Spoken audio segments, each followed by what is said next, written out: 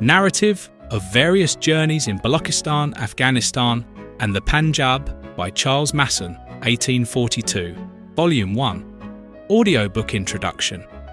This channel is an attempt to see the past through the eyes of European explorers and later scholar administrators who ruled over Dera Ismail Khan and Khyber Pakhtunkhwa, Pakistan. I have uploaded parts of their books on my YouTube channel. All of them came to my village, Draban, at the foot of the magnificent Takht-e-Sulaiman, the throne of Solomon.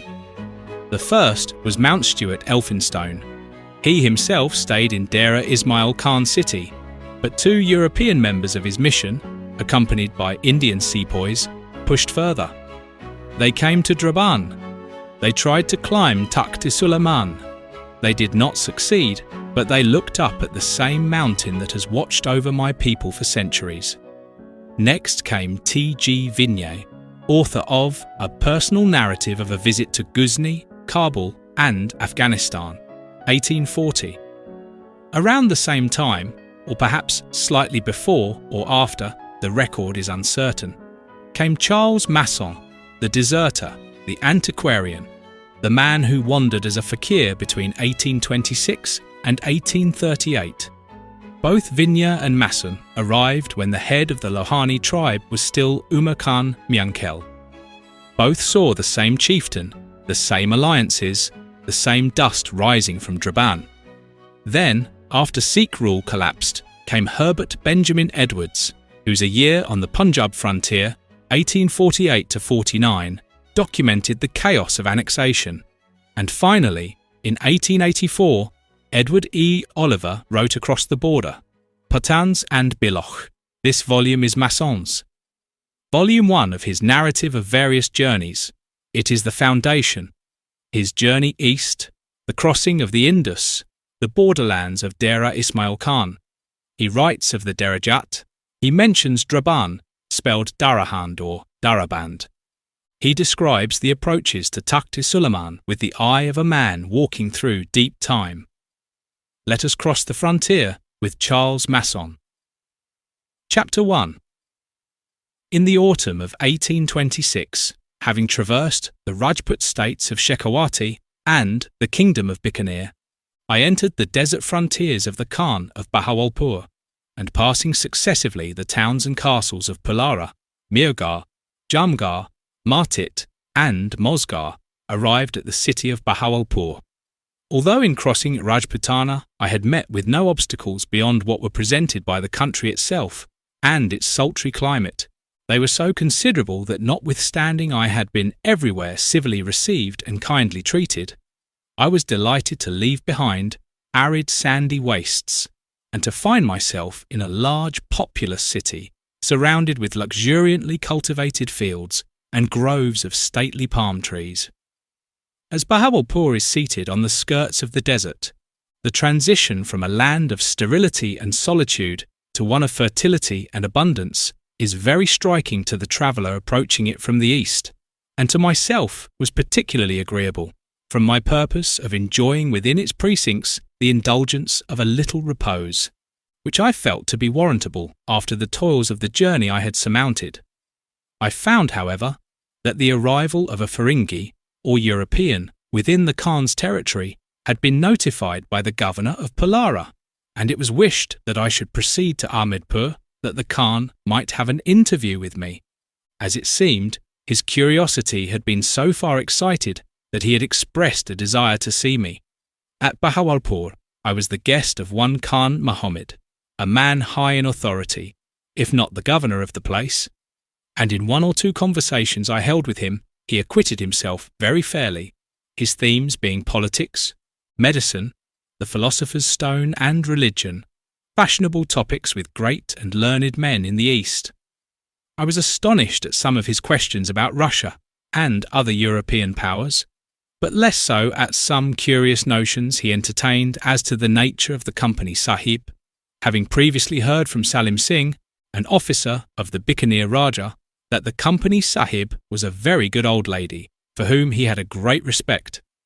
But the forte of Khan Muhammad was medicine, and the large quantity of glass bottles ranged around his apartment and filled with variously coloured liquids evinced, if not his proficiency as a physician, some little dexterity as a compounder. He was very anxious to know my business, and could hardly believe that I had none, or that I had not brought some message to the Khan, to whom he loyally expressed the devotion of a slave. I had frequently before been suspected to be an elchi, or ambassador, and it was in vain I appealed to the negative evidences of my poverty and my trudging alone and on foot. Europeans were considered incomprehensible beings, and the inconveniences I bore from necessity were imputed to choice, or to hikmat, or ingenuity. I passed 3 or 4 days at Bahawalpur, which gave me the opportunity of inspecting some of the manufactures of silk and tissue for which the city is famed, and of making the acquaintance of Nizamuddin, the Qazi, a worthy man who more than once invited me to his residence. I then signified to Khan Muhammad that I was ready to start for Ahmedpur, and he commissioned one of his dependents to accompany me, and to conduct me to the house of Muhammad Khan, the Bakshi, or paymaster of the Khan's forces. The distance between Bahawalpur and Ahmedpur is about 20 kosses, or 30 miles, and we made 2 journeys, passing the night at Bakshi Khan Ka Masjid, a small village, so called from a comparatively handsome mosque built by an individual whose name it bears. The heat of the weather was oppressive, but the country was well cultivated and peopled, the villages being usually distinguished by contiguous groups of tamarisk trees, which attain a surprising size. Water everywhere abounded, in wells of slight depth, and is raised to the surface by the medium of wheels, worked by oxen, and sometimes by camels. On one occasion we crossed a nullah or watercourse which I have reason to remember, as the camel I was riding lost his footing and precipitated me into it, an accident more than compensated by the pleasure derived from immersion, while so powerful were the rays of the sun that my apparel, and I was clad in white linen, became dry nearly as soon as wetted. On reaching Ahmedpur, we proceeded, as had been arranged, to the abode of the Bakshi, who, while he courteously welcomed me, was, setting aside his elevated position, by no means so refined a personage as his colleague and friend at Bahawalpur. He informed me that the Khan was then at Darawal, a fortress, 18 kosses distant in the desert, where, it is understood, he keeps his treasures, as in a safe place, and where he frequently resides. The Bakshi was anxious that I should spend my time pleasantly until the Khan revisited Ahmedpur, which he was expected to do in a few days, and assigned me to the care of Ramat Khan, a Rohilla officer, who from long service in Hindustan was supposed to be acquainted with European manners and habits, and therefore competent to attend to my wants. Ramat Khan cheerfully accepted his charge and conducted me to his quarters, which were, indeed, not very good ones. Still, a distinct and tolerably fair house was prepared for my reception. The Bakshi was also careful to send after me a variety of provisions, with bedsteads, utensils, and water vessels, as is the usual observance in the case of public guests, amongst whom, I learned, that I was enumerated. Ramat Khan was a native of Rampur in northern India, and I gleaned from his history that he had been a soldier of fortune, having commanded, in his palmy days, 2 battalions in the camp of the Maratha Sirdar Hira Singh. Afterwards, he had served under the celebrated Amir Khan, and still later under the banners of the Bao Sahib, the chief of Jawad, when, at the capture of that fortress by the British, he became a prisoner of war. When set at liberty, he abandoned India and gained Bahawalpur, where the command of 100 men was conferred upon him, with the custody of the Gari of Fazulpur on the frontier of Sindh. His pay was fixed at 2 rupees per diem, but I was told he realised about 5 rupees by false musters, and practices which, if not permitted, are at least tolerated. Unable, however, to forget or to forego the gaieties to which he had been accustomed in the Maratha camps, he was necessarily involved in debt, to the large amount of 6,000 rupees, and during my stay with him we had some nautches, spectacles of which, like most natives of India, he was excessively fond. and concluded that I must be equally so. His men were generally of the same town or province as himself. Many of them were attached to him when in better circumstances, and all of them, according to their own assertions, had been in more honourable and lucrative employ than that of the Khan of Bahawalpur.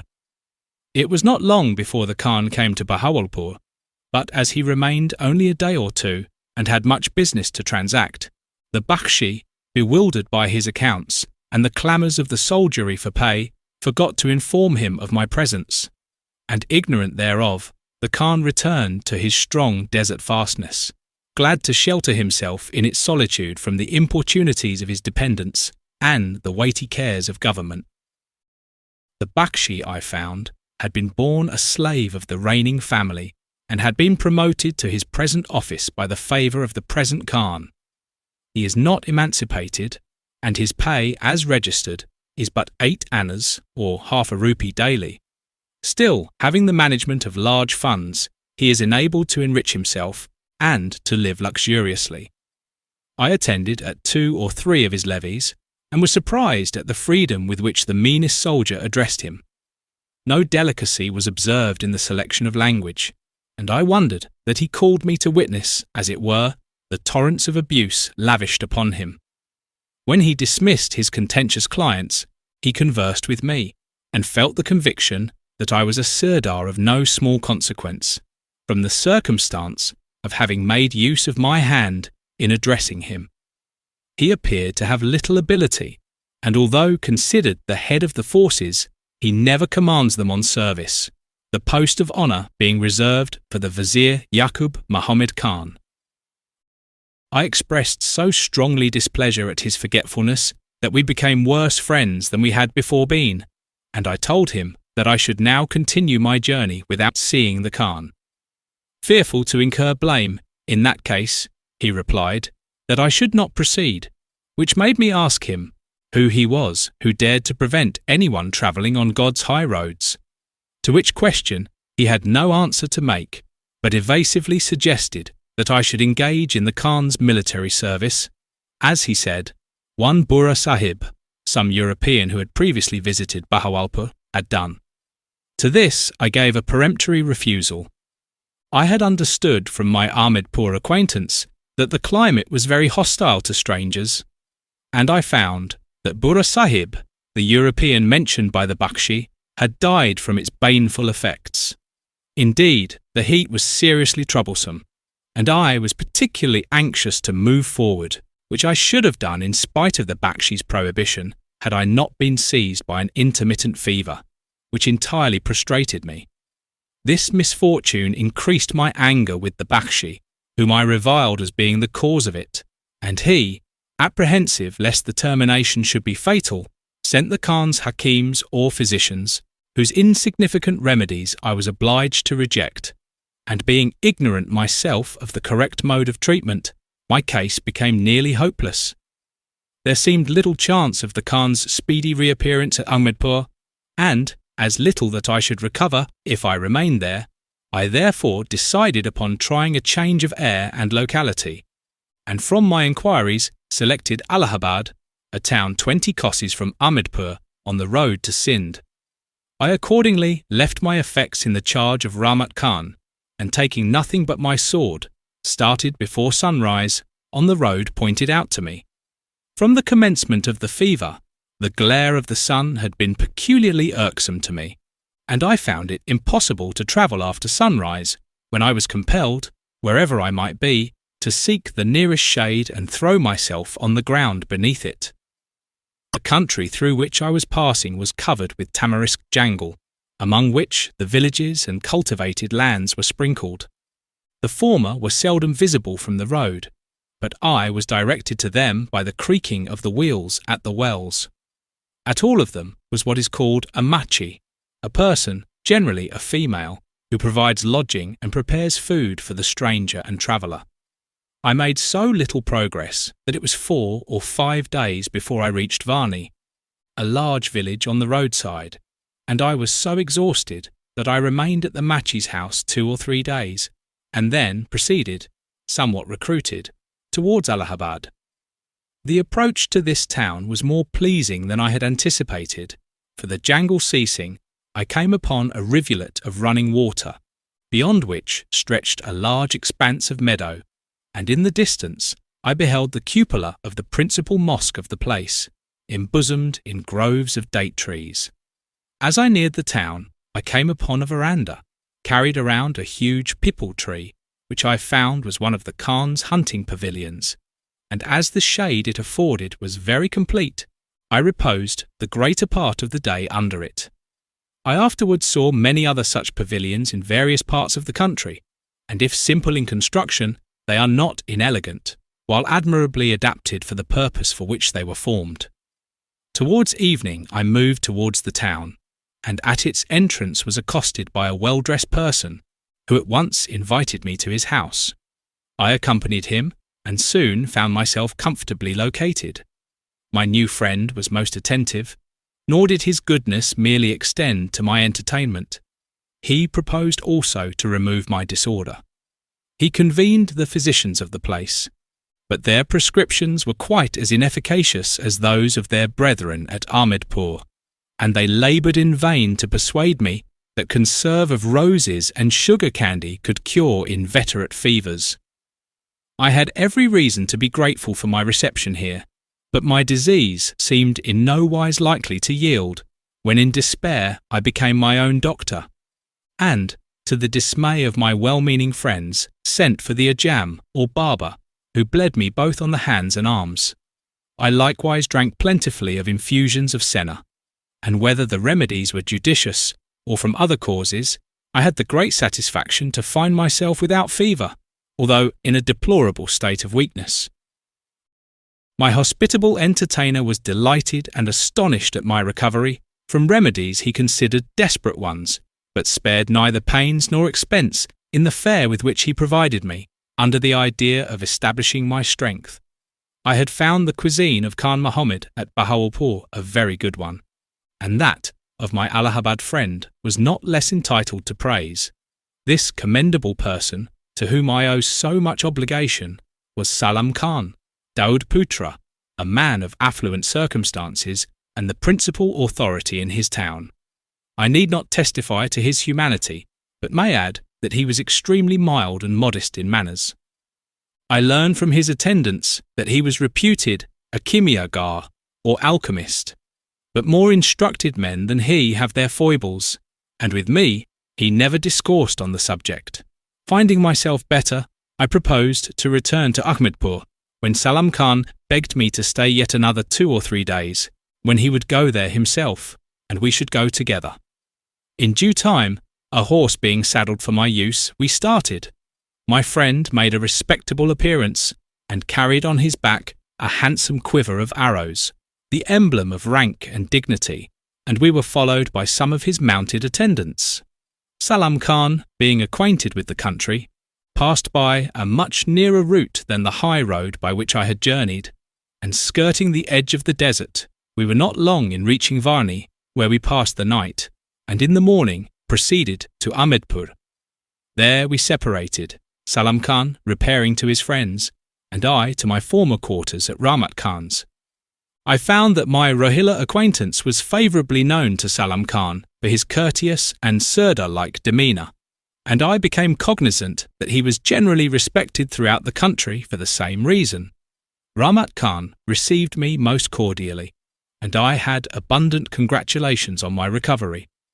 I learned that the Khan had not during my absence revisited Ahmedpur, but that he was daily expected. In effect, he very soon came, and I notified to Rahmat Khan that I intended to pay my respects to him, and he in turn informed the Bakshi, who now said that I should not see the Khan, as I would not engage in his service. To which, when stated to me, I said I would see the Khan.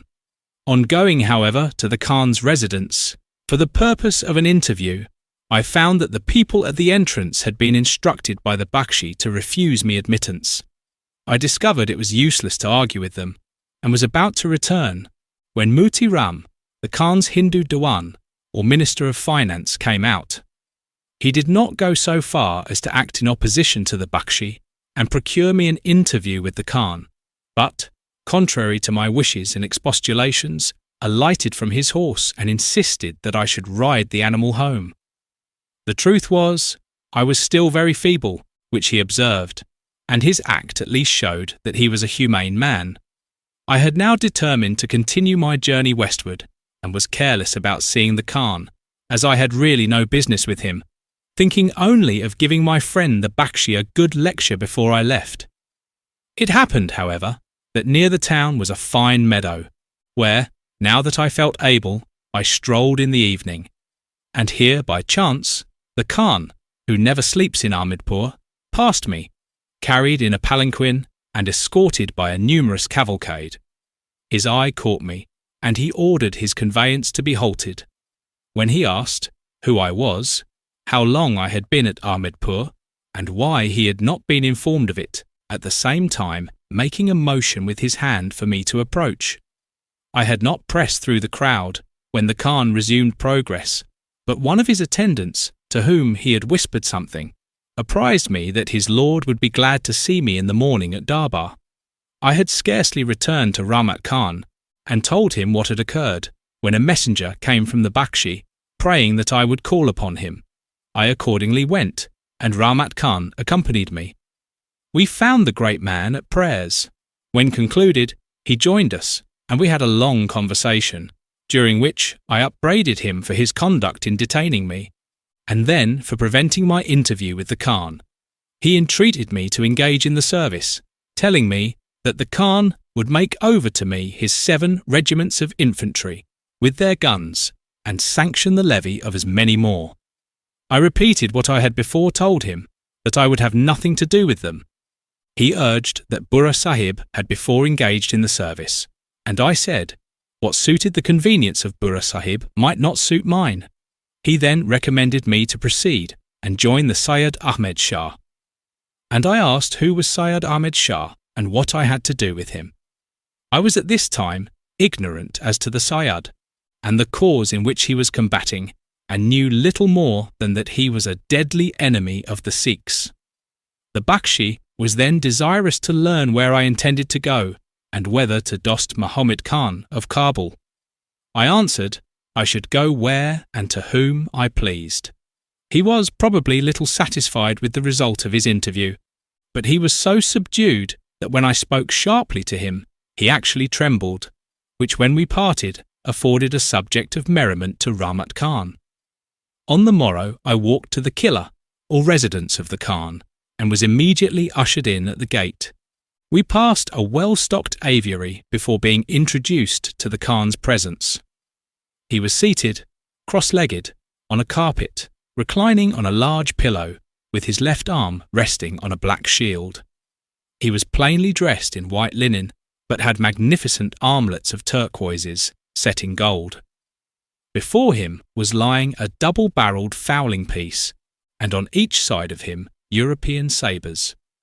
His countenance was remarkably handsome, and bore every indication of goodness, although I recollected as I beheld it that his accession to authority had been marked by the slaughter of some of his father's ministers, an usual consequence of the transfer of power in Oriental states, yet barely excusable on that account.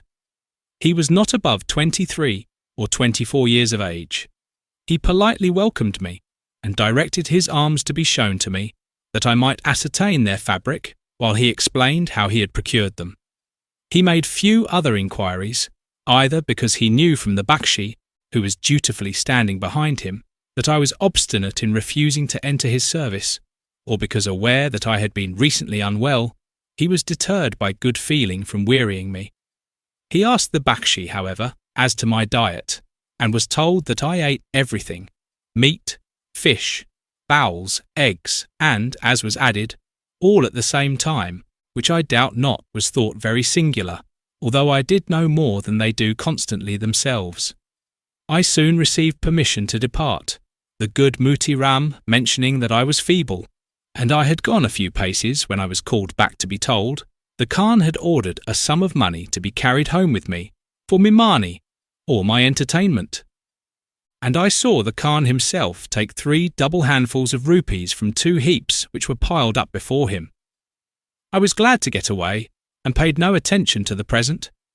Therefore, when I regained my quarters, I received about 60 rupees, which must have been a small portion only of the sum given.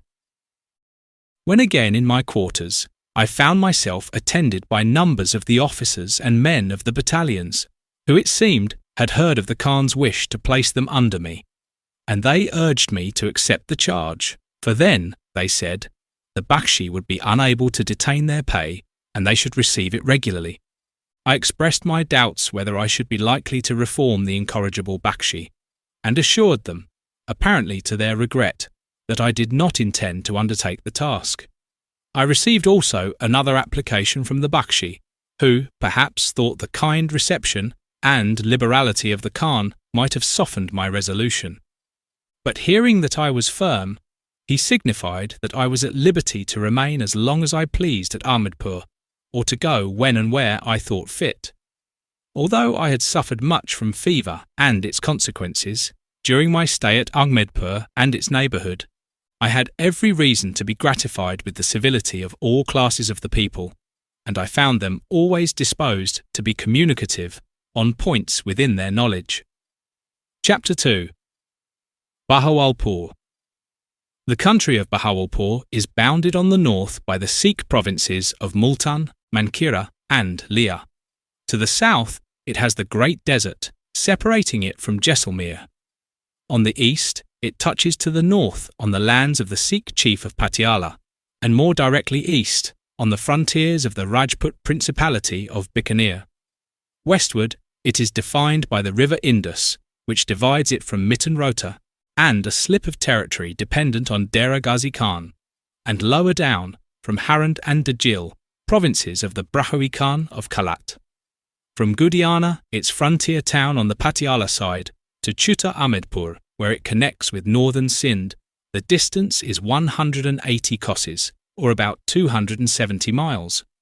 And from Palara, on the borders of Bikaner, to Dera Khan, is computed 140 kosses, or above 200 miles. Its breadth importantly varies, being affected by the course of the Gara River to the north and of the desert to the south. Its greatest breadths are on the extreme frontiers to the east and west. In the centre, the pressure of the desert upon the cultivated parts allows but a comparatively small space between it and the river to the north. In this extent, there are some marked distinctions as to soil, character, and produce. The portion between Gudiana and the capital I have not seen, but have heard spoken of in glowing terms as to fertility and population.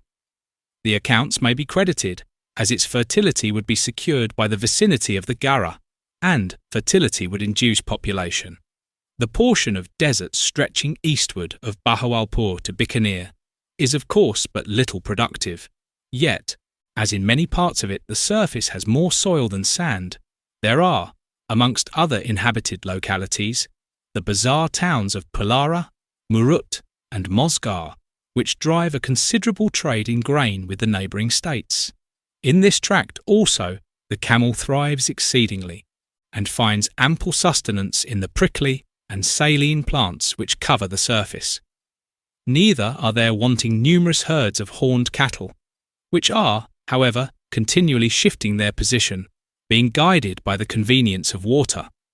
Their proprietors, in certain seasons of the year, abandon their villages and erect temporary abodes in the spots they select, which, as in Bikaner, are called ketlis. At them the traveller finds abundance of milk, butter, etc., which at such times he might not procure at the villages they have abandoned. In remote times, rivers flowed through and fertilised this now sterile country. Their beds may in many places be still traced, and numerous vestiges remain of ancient towns, in burned bricks and fragments of pottery strewed on the soil. The central districts of Ukh, the capital, Kanpur, Allahabad and Ahmedpur are distinguished by a most luxuriant cultivation of the various kinds of grain, of sugar, and of the indigo plant. There cannot be a more gratifying sight than is exhibited by this part of the country before the period of harvest. The whole surface presenting an expanse of standing grain, with villages, neatly constructed of reeds interspersed and accompanied with groups of trees, usually of the bur and date species. As soon as the crops are removed, such is the exuberance of vegetation that the ground is covered with plants and shrubs, and no one would suppose that the land, now mingled with the jungle, had so lately been under cultivation. Between and Derajat Khan there is much jungle, yet occasionally, or adjacent to the towns and villages, there is a vigorous cultivation of grain and of sugar cane, denoting that the soil is rich and prolific. From Bahawalpur to Kanpur, the country is rich and well cultivated, although confined on the south by the sandy desert. From Kanpur to Chutta Ahmedpur, the face of the country changes and becomes more adapted for grazing. Still, even in this direction, there is much tilled land near the towns and villages. Although the larger proportion of surface in the Bahawalpur territory is spread over with jungle, it must not be supposed that it is unprofitable. On the contrary, it affords pasture to immense numbers of horned cattle, cows, and buffaloes, sources of wealth and comfort to the inhabitants. Bikaner and other of the Rajput states to the east mainly depend upon Bahawalpur for their supplies for consumption. There are few, if any, countries in Asia where provisions, the produce of the soil, are more abundant or cheaper than in the Bahawalpur state. The domestic animals of Bahawalpur are the camel, the buffalo, the common cow, the guddy or short-tailed sheep, the goat, etc. The camel is reared in large numbers, as above stated, in the desert to the east, also in the neighbourhood of the capital and of Ahmedpur. It is employed, to a limited extent, for agricultural purposes, being sometimes attached to the plough or made to revolve the wheel at wells. In Bikaner, this animal is universally so employed and partially in Sindh. The buffalo is highly prized for its milk, which is delicious, and its meat is even preferred to that of the cow. Poultry are plentiful, but tame geese, I conclude, are rarities, having only seen them at Bakshi Khan Ka Masjid. Wildfowl are so abundant in the western parts near the Indus that at Fazilpur a goose may be purchased for one of the small copper pies of the country in value less than a halfpenny, and 2 or 3 ducks may be procured for the same sum. They are caught by a peculiar race called Mohanis, who furnish the fishermen and sailors employed on the Indus. The jangles abound in game, as deer and the wild hog. Partridges, quail, bustards, pigeons, etc. are universal. There are many opulent and commercial towns in the Bahawalpur dominions. Amongst the first-class towns may be reckoned Bahawalpur, the capital, Bara or Great Ahmedpur, Kanpur, etc. Amongst the second class, Chutta or Little Ahmedpur, Allahabad, Gugujarwala, Chanikhan Digot, Gazipur, Kinja, Pulara, Murut, Mozgat, Gudiana, etc. The minor towns or large bazaar villages are very numerous, and the number of agricultural villages and hamlets exceedingly great. Bahawalpur is seated about 2 miles from the river Gara. It formerly had walls, the indications of which only exist and are used as a walk for the inhabitants. The houses are chiefly constructed of kiln-burnt bricks and are very much mixed with gardens. The whole is arranged in a loose, straggling manner and is on all sides encircled by groves of date and pipal trees.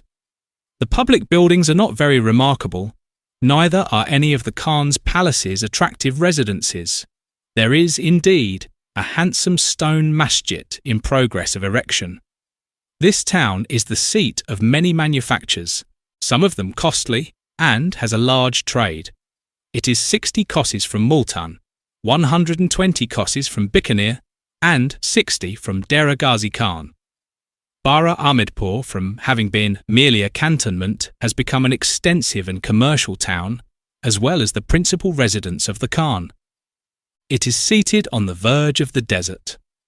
The Killa, or palace of the chief, is yet unfinished. The houses are generally mean, but the gardens are good. From the favour of the Khan, it may be considered a rising town, as Bahawalpur is on the decline. Ukh is perhaps the more ancient of the towns in the country. The name is borne by two towns contiguous to each other. One of them, Pirka Ukh, is bestowed on Pir Nasiruddin, the spiritual advisor of the Khan. They have both good bazaars and some commerce. Seated upon the Gara, grain boats frequently descend from the two Ukhs to Sindh. They are principally, however, distinguished by the ruins of the former towns, their predecessors, which are very extensive, and attest the pristine prosperity of the locality. They are 18 kosses from Ahmedpur and about 40 kosses from Multan. Kanpur is 40 kosses from Bara Ahmedpur. It is surrounded by a country amazingly fertile and is a depot for indigo, rice and all kinds of grain. It has no pretensions to be considered a handsome town. Neither, judged by its traffic, can it be called a large one. Some of the Hindus have spacious residences, yet, generally speaking, the houses are very indifferent. The ancient walls have fallen down and have not been replaced.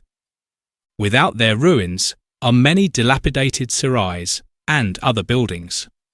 There is no fort here, nor is it judged necessary to keep a garrison. Chutta Ahmedpur is a fair-sized town, with good bazaar and surrounded with mud walls. Within them are some more recently fortified erections, but they are detached and have no connection with each other, so that they seem to have been raised in pursuance of a plan never completed, as is probably the case. Otherwise they are well built, of kiln-burnt bricks. Being the frontier town towards Sindh, a regiment of 350 men with 6 guns is stationed at Ahmedpur. Gujugawala, Chanikandigot, Gazipur and Kinja are all small but commercial towns, principally in grain, the produce of the country. Pulara, on the frontier of Bikaner, has a good bazaar but is not perhaps very commercial. The fortress adjacent has been a superior building for these parts, but is now sadly in decay. There was once a good trench. The walls are very high and the battlements are tastefully decorated. The Kiladar's house soars above the ramparts, and the whole has an antique and picturesque appearance, particularly from the northern side, where the walls are washed by a large expanse of water, in which is a small island studded with trees. There are 3 guns at Pulara. Murut is a town of importance as regards its trade in grain, but of little as to its aspect. It is surrounded with mud walls of considerable extent and strengthened by numerous towers. It is the station of a regiment with 6 guns. Mozgar is not so large a town as Murut, but its contiguous fortress is a lofty structure built of kiln-burnt bricks. On the western face the walls have been perforated with cannonballs, which, we are told, happened in the siege it endured from the first Bahawal Khan. The apertures have never been repaired, being supposed evidences of the obstinacy of the defence and of the strength of the fortress. They, however, show its weakness, for they enable us to detect the slightness of the walls. East of the fort is a pool of water, shaded by a grove of trees, amongst which is a huge pipal, an object of veneration to the Hindus of the town. At a slight distance to the north is a Mohammedan tomb, handsomely decorated with lacquered blue and white tiles. Gudiana, being a frontier town, is the station of a regiment with its attached guns. It is said to have a good bazaar and some trade. The chief fortress of the state is Darawal, before noted, equidistant from Ahmedpur and Bahawalpur, or 18 kosses from each. It is represented as strong, and possibly some care has been bestowed upon it, as the Khans have always selected it for the deposit of their hoards and for an asylum in case of invasion. Its chief dependence in such a case would appear to be in its situation, and the difficulty a besieging army would find in subsisting near it, there being no water to be procured without the walls at a shorter distance than 9 kosses.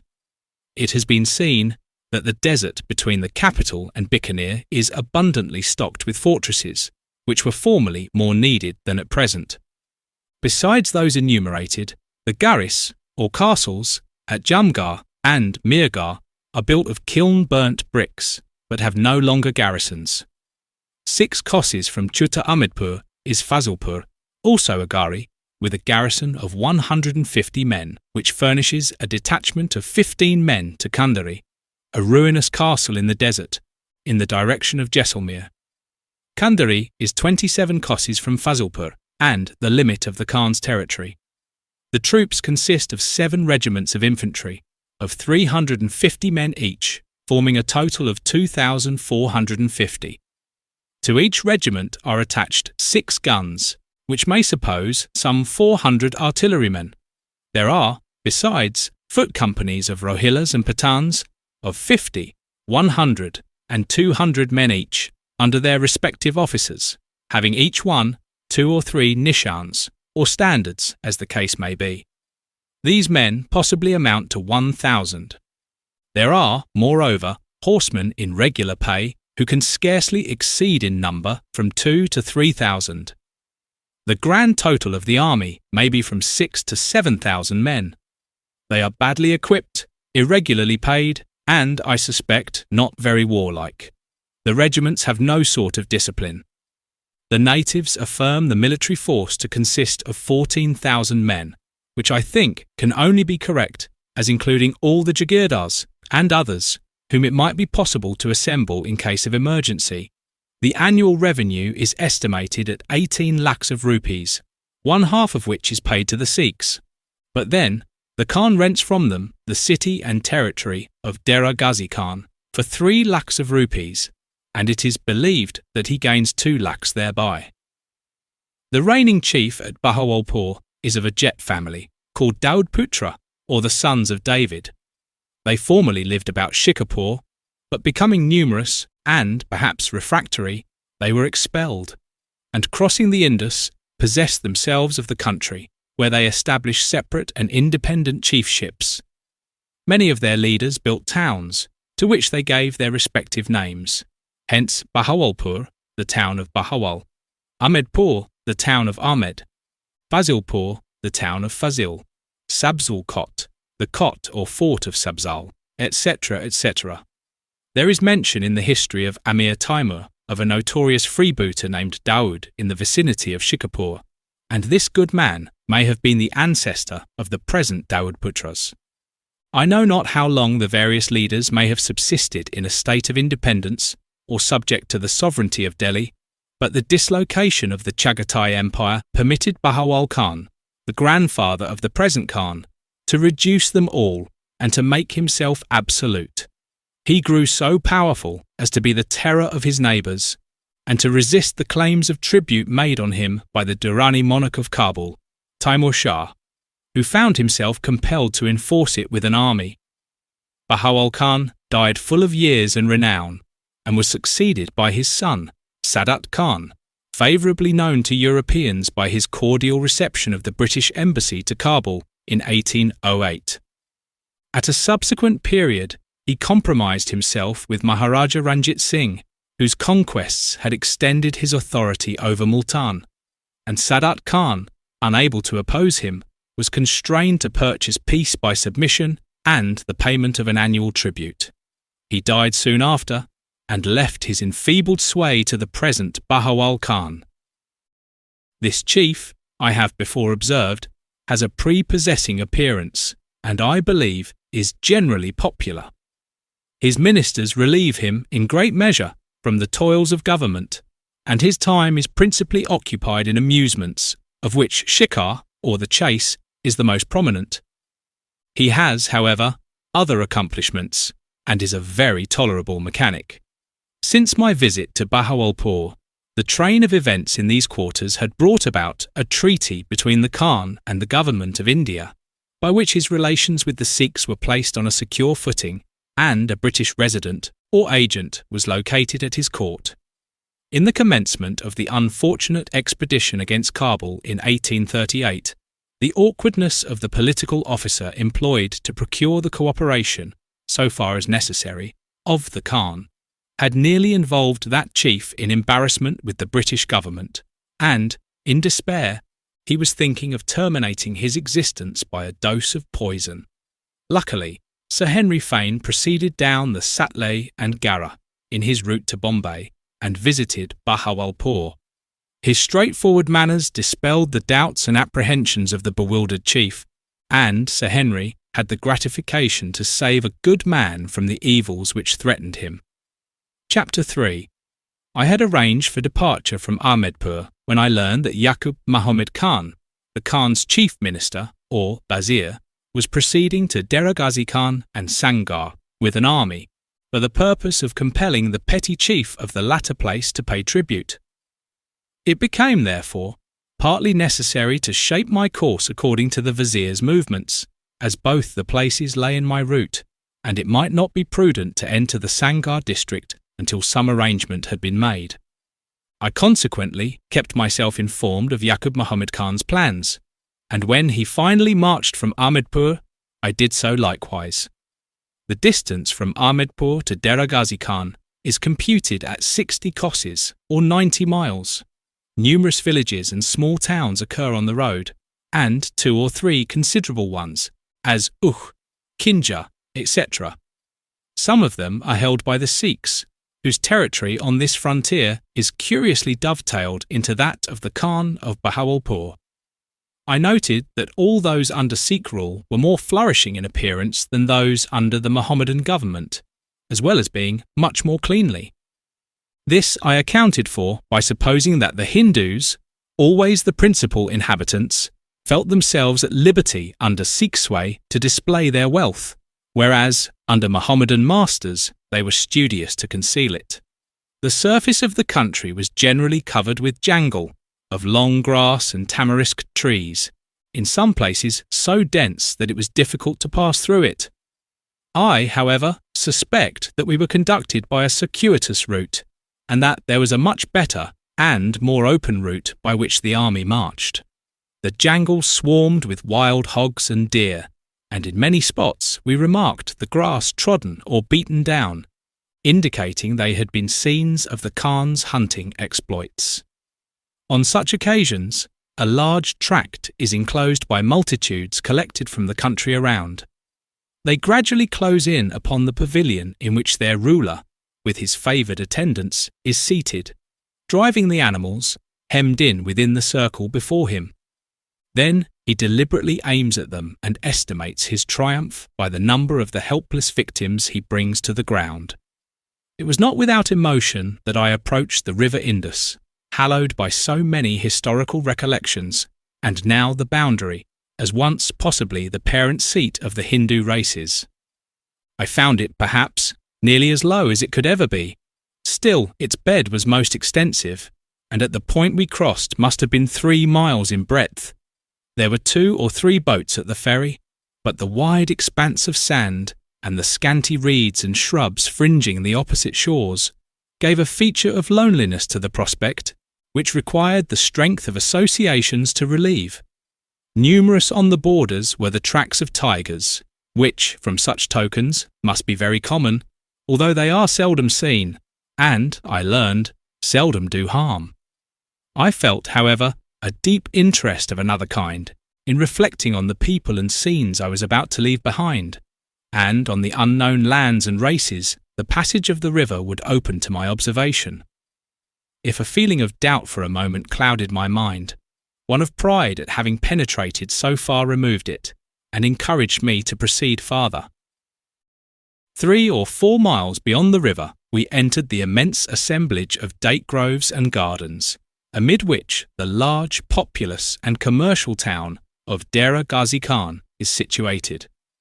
In the town itself, we were provided with good quarters, and were not sorry that we should be obliged to halt a few days at it, as Yaqub Muhammad Khan required some time to complete his arrangements, before making his offensive demonstration against Sangar, now 30 kosses distant. The town of Dera Khan, but a few years before the residence of a Durrani governor, contained within its limits numerous vestiges which, denoting its present depressed political condition, also pointed to its former prosperity. Such were large brick-built residences, with extensive gardens, either desolated or occupied by humble tenants, and the public mosques, neglected and falling to decay.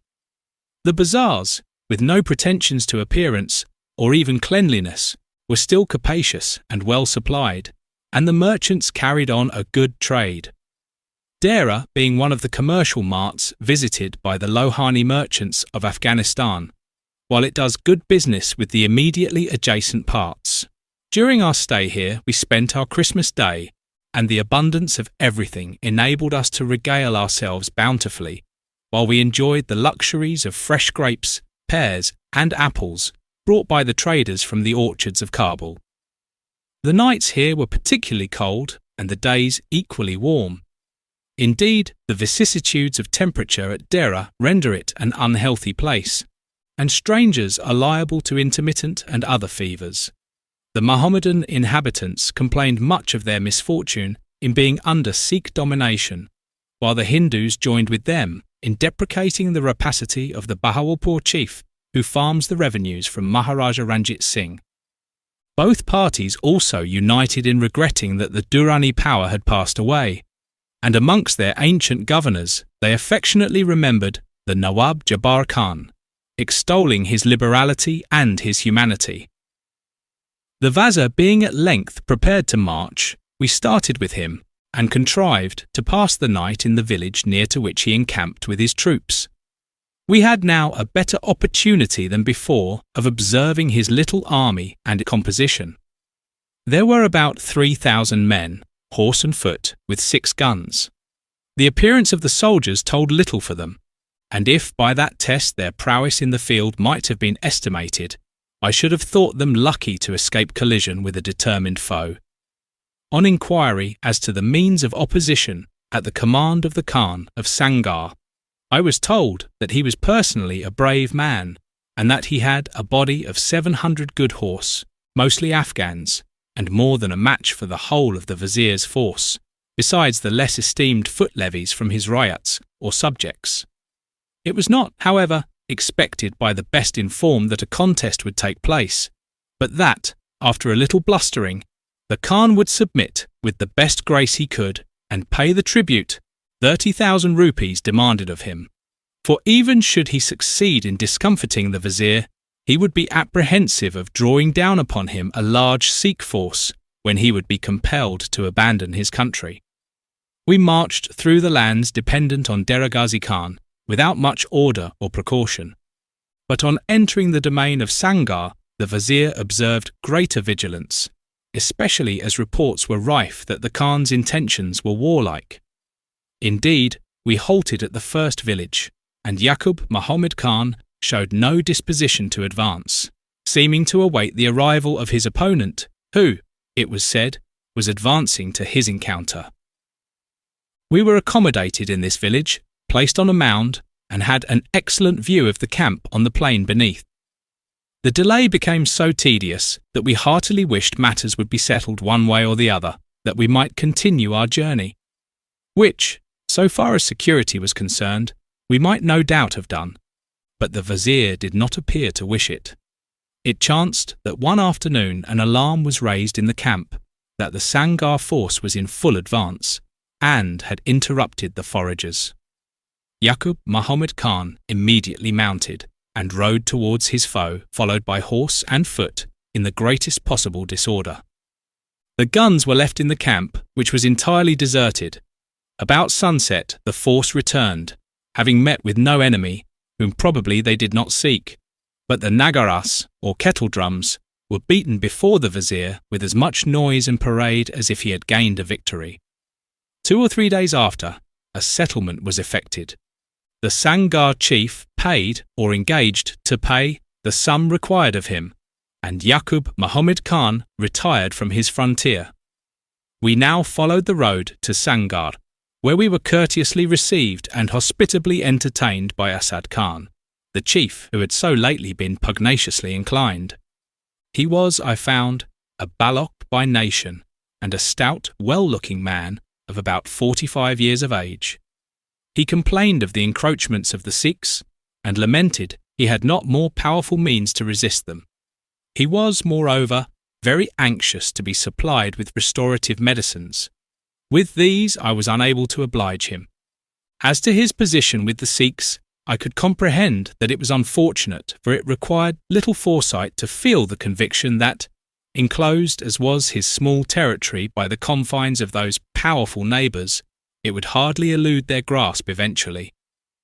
The chief would be fortunate if he avoided being cajoled into captivity, to become a fugitive in the hills, where, if he lost the possessions of his ancestors in the plains, he might preserve at least his personal freedom. The Khan resided in a mud fortress of some extent, but with very dilapidated defences. Contiguous were the mean huts of his soldiery, and at a trifling distance the bizarre village of Mangalot. The term Sangar, the stone fort, is applied, if unappropriately, to the mud fortress. It implies, however, merely a strong place, which Sangar is supposed to be by the people of this country, and who were often displeased to find that I could not concur with them. Revenue of Asad Khan.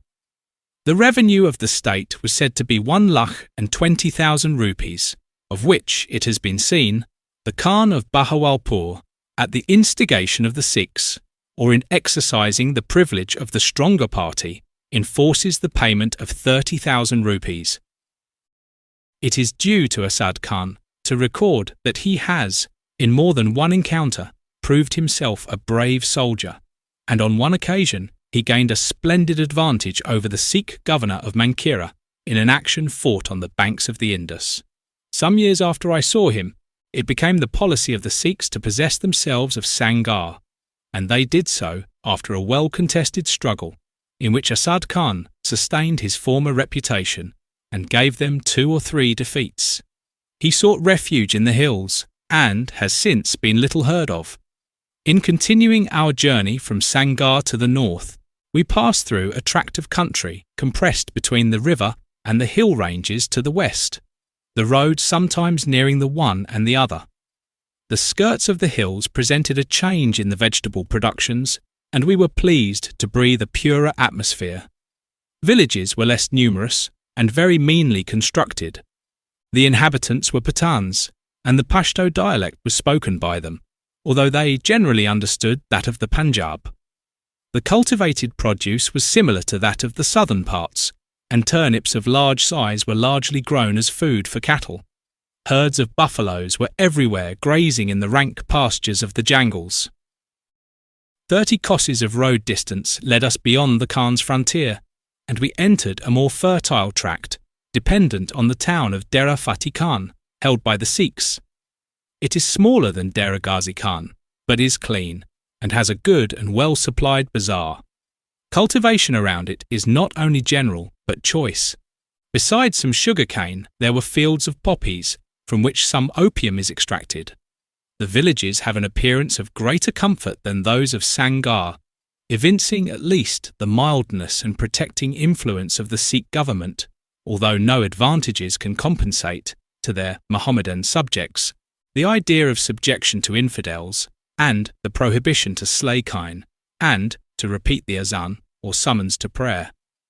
The district attached to Dera Khan extends some 10 kosses to the south, and about 5 kosses to the north, where it connects with the territory of Dera Ismail Khan.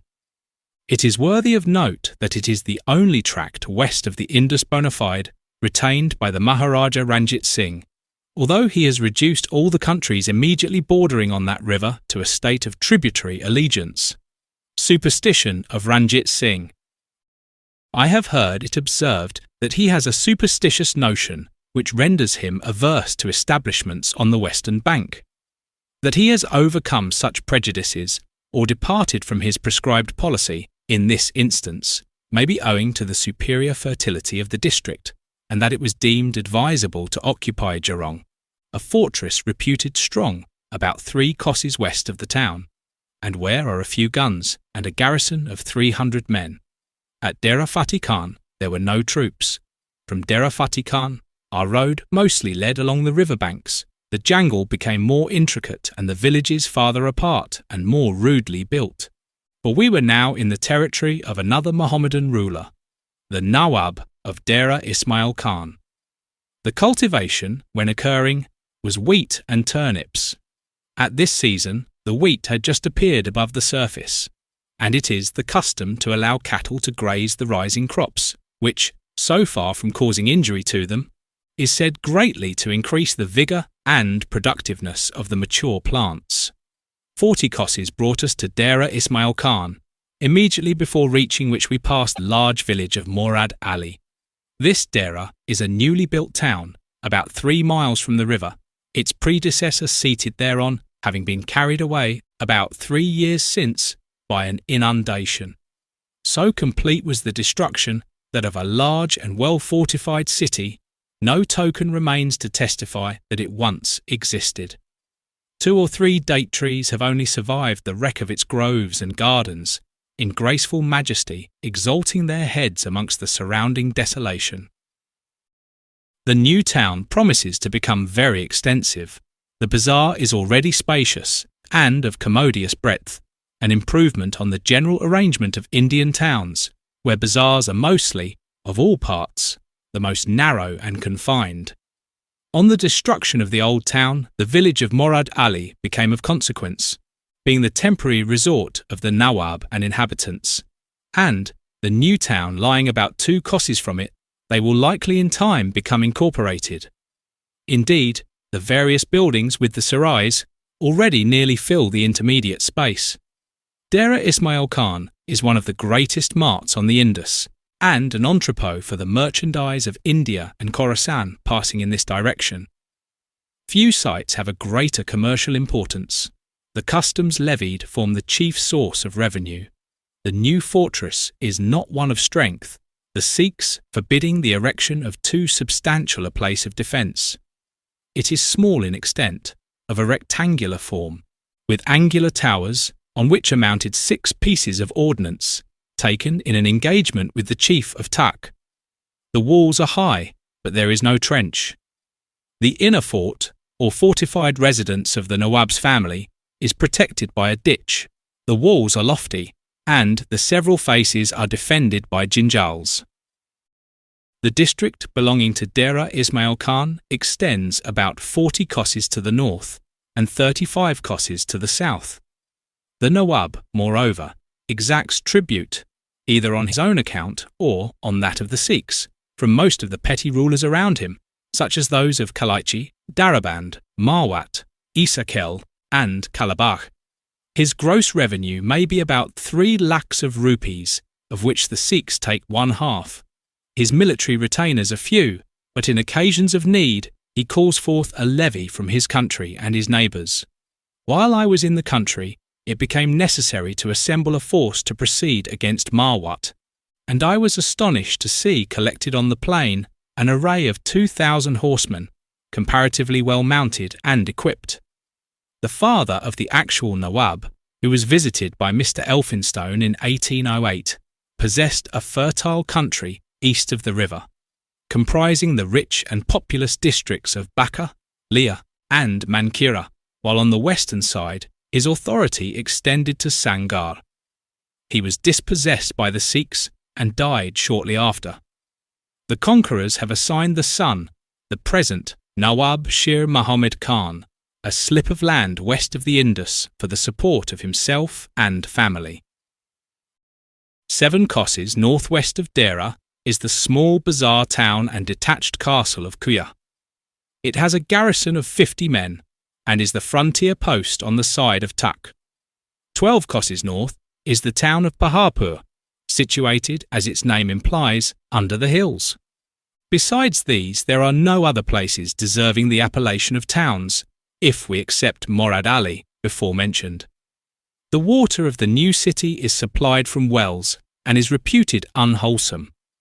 The country about Dera Ismail Khan might be rendered highly productive, were it possible to divert upon its ample and level surface canals from the Indus. The neglected waste would become a garden of cultivation, and the copious returns would speedily repay the outlay. It is said that the Nawab was anxious to have supplied his new city with good water by bringing a canal from the Gamal River, which runs through the Tak territory, but the chief of that place, whose sanction was necessary, withheld it.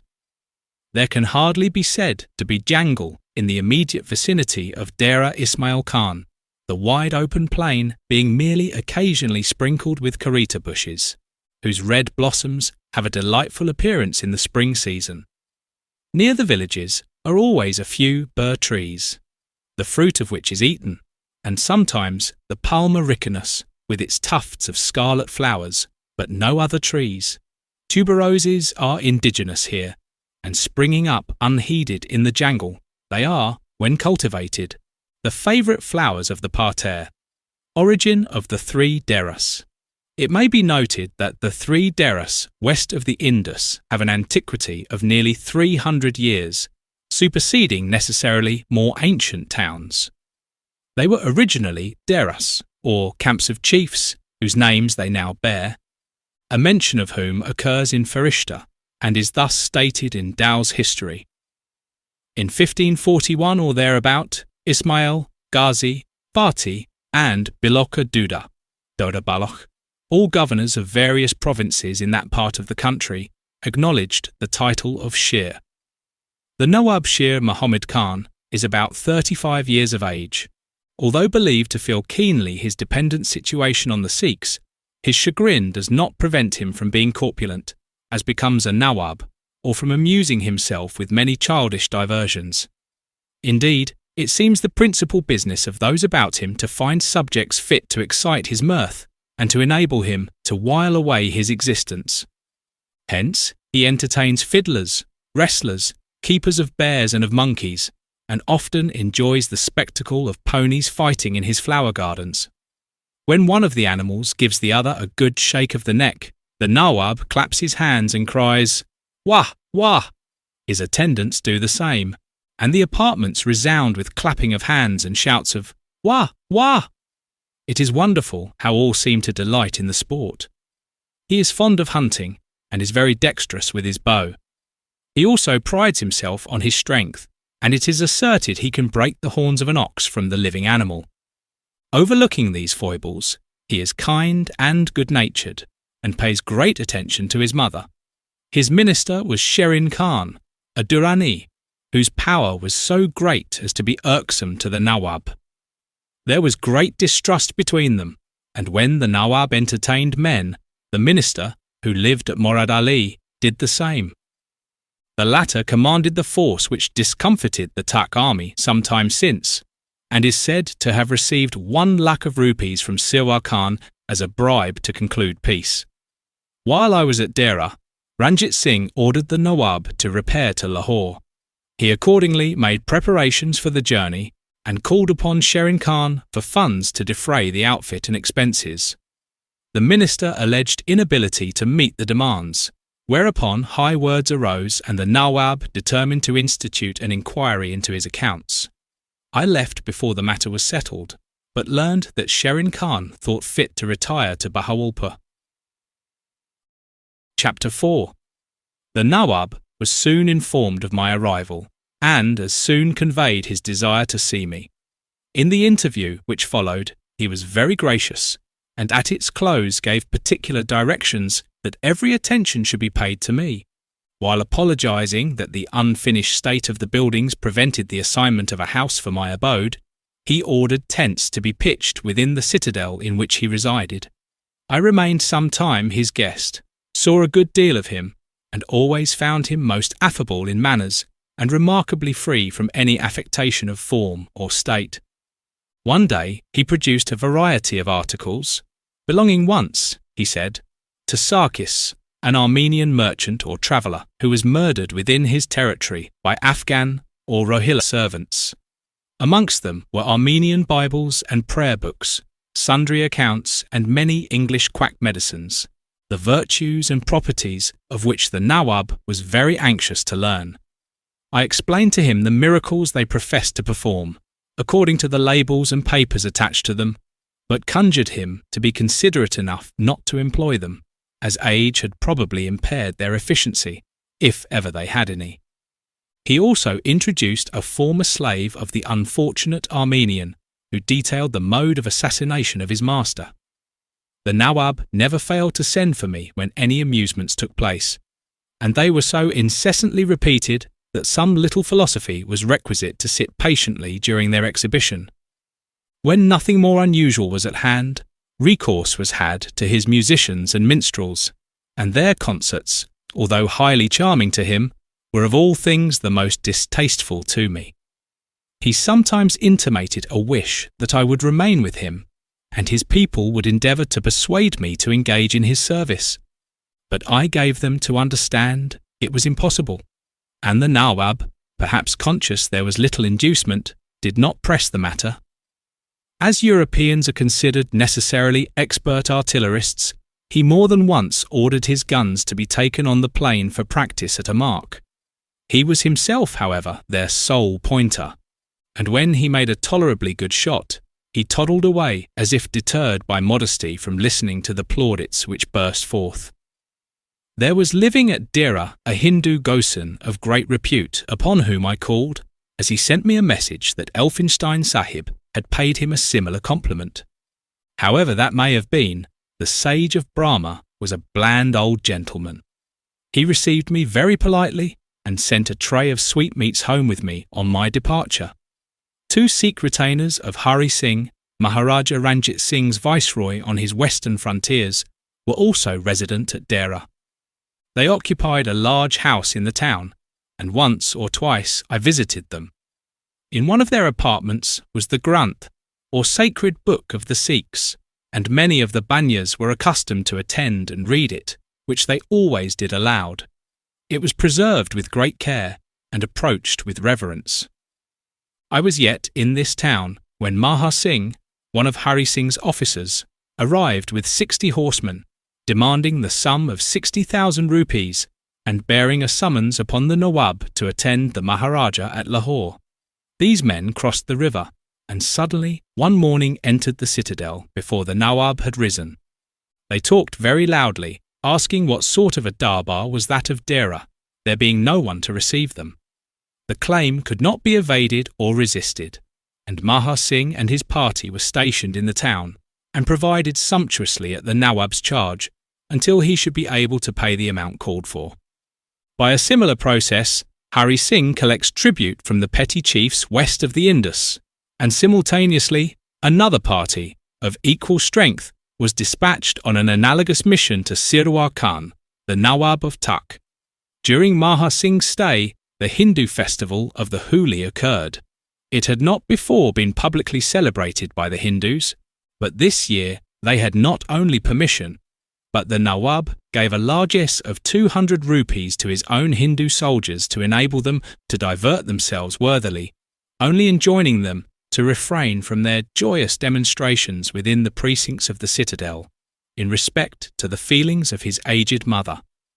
Maha Singh invited me to witness the festivities at his quarters, and was very courteous, although on his arrival he had pronounced me to be an agent of the company.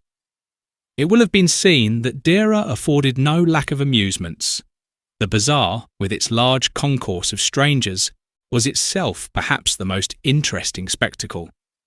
Here were to be found numerous visitors from the rude tribes of the hills, clad in their felt cloaks and uncouth sandals. Many were gigantic men, and curiosity was powerfully excited to know the lands from which they came, and the races to which they belonged. From Dera, moreover, is seen, to the west, the magnificent hill Khyber, or the Takht-e-Sulaiman, famed in traditionary lore as the spot on which the Ark rested, and for being the parent seat of the Afghan races. Its habitable parts are occupied by the Shirain, a lawless tribe who also hold the inferior hills between it and the plains. They have for neighbours the Miranis, their colleagues in marauding expeditions, and of equally infamous reputation. The vegetable productions of Khyber are much vaunted, and it is remarked that whatever plant or tree may be found in other countries will be certainly met with here.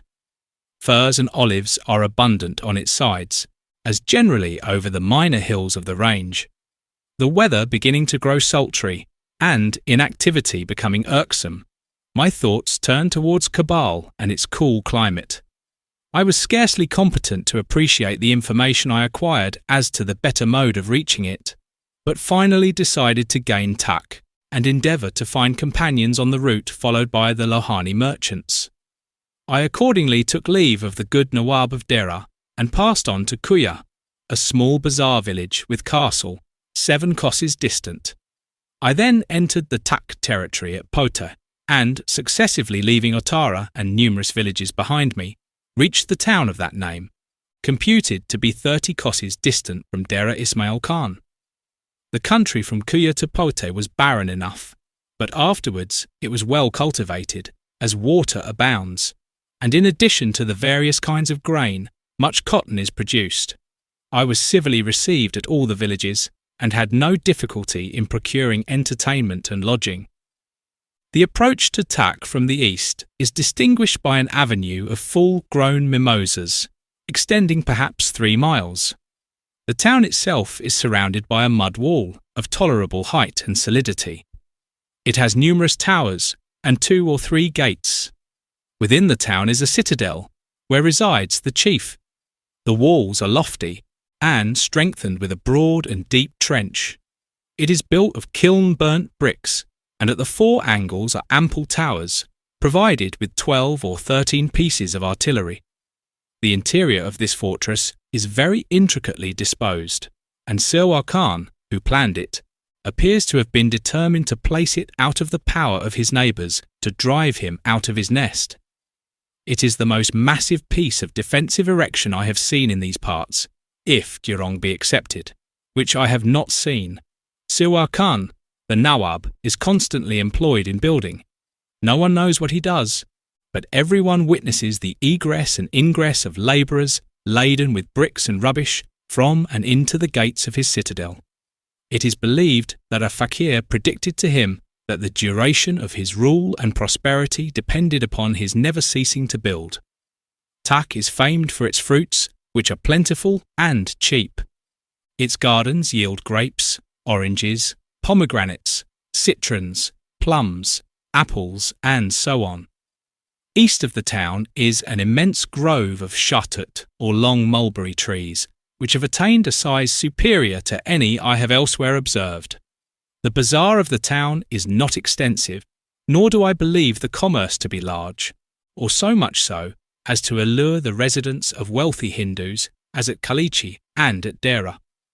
The revenue of Sirwar Khan is estimated at 1.5 lakh of rupees, of which the Sikhs exact a portion, I believe 60,000 rupees. Being at enmity with his neighbours on the plain, he retains about 1,000 men in pay, mostly Rohillas, on small stipends. These, however, in consequence of some misunderstanding, left him while I was in these quarters, and I believe he did not think it worthwhile to replace them. He is represented as having much wealth in coin and jewels. During the early part of his reign, he constituted himself sole proprietor of the lands in his country, and declared the peasants to be his slaves. Hence, he derived the profit on the whole of their produce. The history of this chieftain is singular enough to merit notice. He had scarcely seen the light when his father, who also ruled at Tak, was slain by a traitor, who usurped the authority. To confirm himself therein, he put to death the family of his ancient prince, with the exception of Sirwar, who, an infant, was concealed by his nurse in an earthen jar and carried out of the town on her head. The good woman affirmed at the gates that she was conveying a jar of milk. She gained a place of safety and brought up the young Khan as her own son. When he arrived at the years of discretion, she informed him of the circumstances of his birth. He thereupon presented himself to Ahmed Shah, the first Durrani prince, and requested his assistance to recover possession of the lands of his ancestors. It was granted, and Sirwar Khan, in turn, slew the usurper with his relatives. He then placed their heads in a heap, and sitting on them, summoned the chiefs and elders of the country to his presence. He demanded whether they were willing to acknowledge him as their ruler. An affirmative reply being given, he announced that in virtue of his authority he resumed all lands, and that they were not his subjects but his slaves. I believe that an attempt to infringe upon the liberties of his people cost the father of Sirwar Khan his life, The son may therefore have felt justified in this energetic vindication of his father's memory. Seated on the Masnad, he repaired the town of Takht and constructed the capacious citadel with a view both to security and pleasure, and seems to have devoted himself to the amassing of treasure and to the gratification of his sensual appetites. His zenana, or female establishment, contains above 200 females, and he, with his family, freely indulge in the illicit pleasures of wine, although he prohibits its use to others on the score of morality, and because it is contrary to the precepts of the Quran. Sirwar Khan is now advanced in years and has 3 sons, Aladad, Khordad, and Sahibdad. The eldest, Aladad, is called the Vizier, and, ostensibly, has the direction of public business, holding darbas and relieving his father from all details. The young man is a drunkard, yet he is beloved in the country for his valour and generosity. In a war with the Nawab of Dera, some 4 or 5 years since, he commanded the Takht troops, about 4,000 in number, the greater portion of them Vaziri auxiliaries, or mercenaries. These banditti fled at the commencement of the action, leaving the guns exposed, which were captured. Aladad highly distinguished himself, dismounting and working one of the guns after it had been deserted by its attendants. He remained by it until he had received 2 sword cuts from Sherin Khan, the commander of the hostile forces, who recognised him. Then only was he induced to remount his horse and provide for his safety. Peace was purchased by the payment of 1 lakh of rupees to Sherin Khan. Besides Takht, there are other 2 or 3 small towns or large villages, and many inferior ones, which have bazaars. The fortress of Darbara is situated at the mouth of a pass into the hills, 7 kosses from the capital. Their fees are levied from such of the Lohani merchants who select that route. Its walls are said to be very lofty, and had a most singular appearance when seen at a distance. But I am not certain that the mirage, which is constant here, did not produce the effect. In walking from Daraban to Takht, I could have almost fancied that I was travelling in fairyland from the fantastic character of the landscape owing to this phenomenon. In the immediate vicinity of Takht villages are numerous. About Kundi, the frontier post on the north, towards Banu, they occur less frequently, and thence to the hills the space is uninhabited and broken up by ravines. Takht is insalubrious, particularly to strangers, the water with which it is supplied being supposed pernicious and impure. The Nawab and his family make use of that derived from a stream about 2 kosses distant, which is good and wholesome. The insalubrity of Takht may be accounted for by the extreme heat and by its locality, as well as from the quality of its water. The common fruit trees called bur are spread over the country and distinguish all the villages. I had no sooner reached Takht than my presence was reported to the Nawab, and by his orders, or those of his son Aladad, I was accommodated within the citadel and informed that during the day I should not be interrupted, but that on the morrow I should have an audience of the Nawab, which I was glad to hear, having been told so much about him, and that he did not generally receive visitors. Early the next morning I was called to attend upon the old chief, and after being conducted through many gates and passages, was brought into a garden, sufficiently attractive to claim all my attention, and to fill my mind with astonishment at beholding so perfect a display in so obscure a part of the world. The flowers of 1,000 hues, the lakes whose bosoms reflected the image of the orange and pomegranate trees, with their glowing fruits waving on their margins, and on whose tranquil waters were floating hundreds of white geese, were objects so unexpected and delightful that I could not but pay homage to the taste of Sirwar Khan, and there needed but the presence of the ripened beauties of the harem to have presented a complete picture of Eastern magnificence. In unison with the splendid scene was the costly decorated apartment of the Nawab, into which I was ushered, and found him seated with his 3 sons. On the right side were about a dozen attendants, kneeling with their firelocks in their hands. He was corpulent, and his countenance bore the impress of that energy for which his subjects and neighbours give him credit. To me he was courteous, and, amongst other things, inquired if it were true that London had a bizarre 300 kosses in length, telling his sons that one Muhammad Khan had told him so. Aladad Khan was by no means well dressed. Neither was the second son, but the youngest, Sahibdad, who was a very handsome youth, and probably therefore the favourite, was superbly attired. Silwar Khan expressed pleasure at seeing me, and said I was at liberty to continue his guest as long as I pleased. When I rose to leave, Aladad whispered to a person to lead me to his darbar, and thither I went and waited a short time for him. When he rejoined me, his object proved to be to show me a gun he had lately cast, and a number of gun carriages in preparation.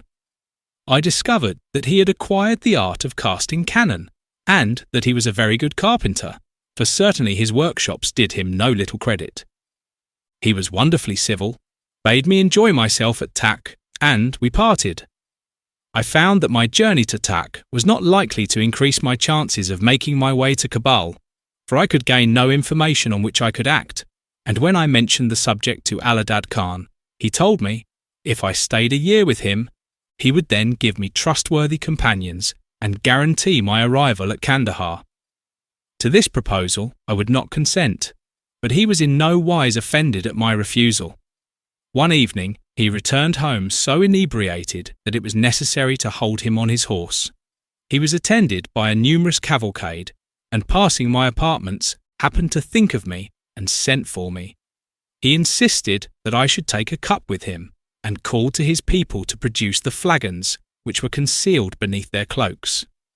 An objection was started, that it was not right I should use the same cup as the Khan, on the plea of my being no Mussulman, but he would not admit it.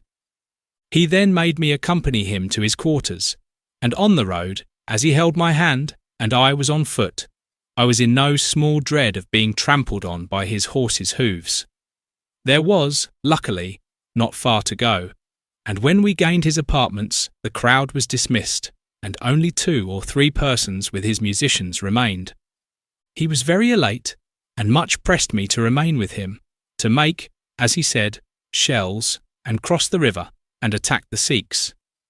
He then produced some pictures, and afterwards sang songs from Hafiz, but for a short time, as his renewed potations disqualified him, and he became insensible. Another evening I was sent for to a faqir's takya, or shrine, without the town, where, it seemed, that the Khan had a party, but it fortunately happened, before I reached, he had fallen, overpowered, and the riotous assembly had broken up. While I was a guest here, Imat Khan, a vakil from the court of Mir Rustam of Kharpur in Upper Sindh, arrived. It appeared the object of his mission was of no higher importance than to procure a few hawks and camels. But the ceremony of his introduction gave me an opportunity of witnessing how such matters were arranged, as Aladad Khan invited me to be present. It took place in the darbar room, a spacious apartment around which were seated files of matchlock men with their pieces in their hands. At the upper part, the officers and others were duly arranged, and a seat was provided me on the left of the Khan, who entered after the preliminary dispositions had been completed. He was followed by the vakil, who was embraced by Aladad and seated on his right hand. A package was deposited in front of the chief, consisting of the presents sent by Mir Rustam. It was opened, and a letter taken therefrom, which was read by Aladad, and drew from him many protestations of respect and friendship for the rulers of Sindh.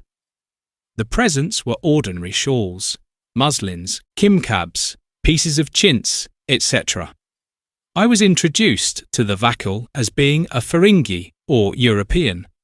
He seemed very astonished, and no doubt marvelled what could have brought me there. During the conference the musicians exercised their skill, and in very good taste, as they did not allow their instruments to drown the conversation. The Shargassis, or masters of ceremony, had been busy in arranging the visitors. Now, on their departure, they were careful to announce in loud and pompous tones their names, family, and rank. Aladad Khan was well dressed on this occasion, and his attendants obsequiously fanned him with bunches of peacock's feathers, He sat with the vakil until the room was cleared, when they again embraced, and the introduction terminated. I found at Takht the party of Sikh horsemen deputed by Hari Singh to receive a sum of tribute money from the Nawab. They were in no respect so boisterous as their countrymen at Dera. Apparently, in so retired a place and so near the hills, deeming it prudent to be quiet.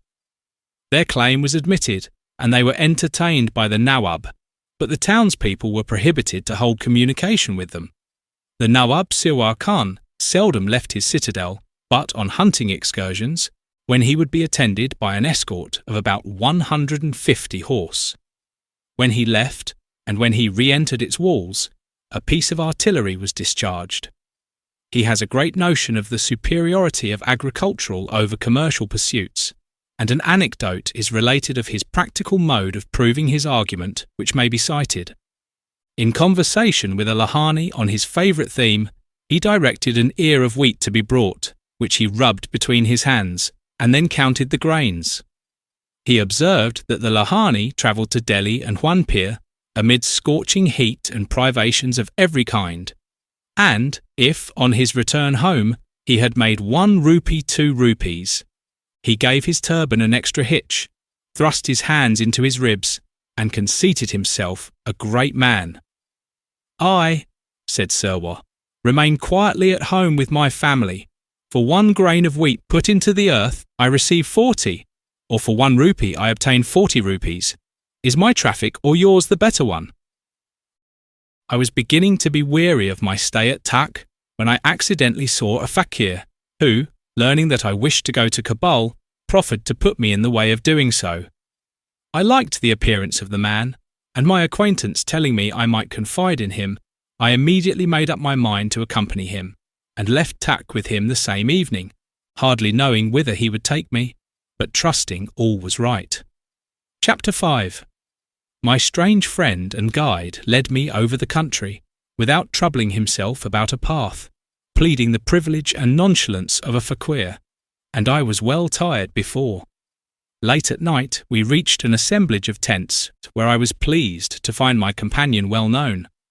We were very well received and entertained, but the people strove to persuade the faqir that he did wrong to encumber himself with me. The next morning we again traversed the country, with the same disregard to the mediums of civilization, and at evening gained a village near Kuya, where we passed the night. My companion had informed me en route that he was a Haji, and but a dependent on a more important personage, the faqir Muhammad Reza, whom he described as wealthy and influential, being the peer of a large portion of the Lahani tribes. The peer would, in the course of a month, proceed to Khorasan by the Gomal route, and the Haji felt certain that he would gladly take charge of me throughout the journey. He further explained that he had been deputed on a mission to Sirwar Khan, who had promised to send a horse to his master, being willing by such an offering to secure the benefit of his prayers and benedictions. Leaving the village, a short march of 3 or 4 miles brought us to another circle of black tents, where resided the faqir Muhammad Reza.